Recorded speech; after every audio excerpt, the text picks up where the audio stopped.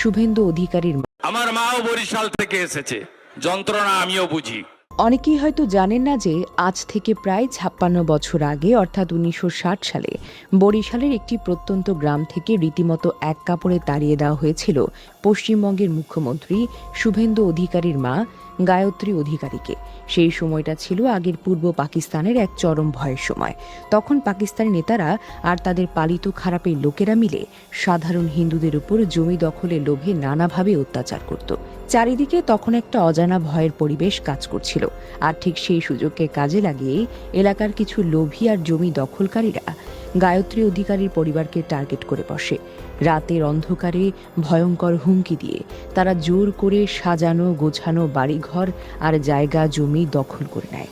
জোর করে জায়গা জমি দখল করে নেওয়ার পর গায়ত্রী অধিকারীর পরিবারের সামনে আর কোনো রাস্তাই খোলা ছিল না। নিজের এবং পরিবারের মানুষের প্রাণ বাঁচাতে সেদিন সবকিছু ফেলে রাতের অন্ধকারে বর্ডার পার হয়ে ভারতে পালাতে বাধ্য হয়েছেন বর্তমান মুখ্যমন্ত্রীর এই অসহায় মা।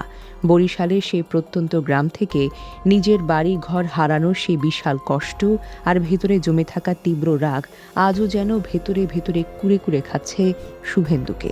অনেকেই মনে করেন মায়ের সেই দেওয়া এক কাপড়ে বাংলাদেশ ছাড়ার চরম অপমানের বদলা নিতেই তো তিনি একেবারে পাগল হয়ে উঠেছেন।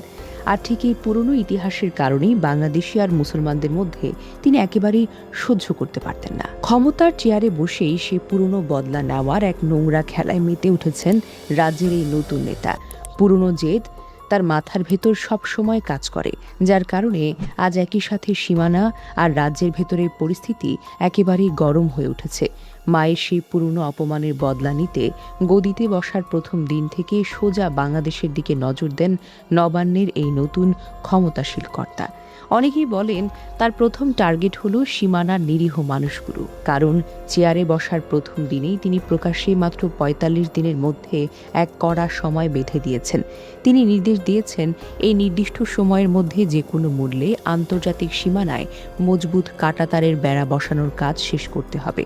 এখানে আন্তর্জাতিক সীমানা নিয়মের কোনো পরোয়া করা হয়নি, কারণ ১৯৭৫ সালের নিয়ম অনুযায়ী জিরো লাইন থেকে ১৫০ গজের মধ্যে একা একা কোনো বেড়া দেওয়া হবে না। কিন্তু সেই সময়কে পুরোপুরি বুড়ো আঙুল দেখানোর চেষ্টা চলছে, আর তিনি ভাবছেন গায়ের জোরে তিনি সবকিছু করে ফেলবেন।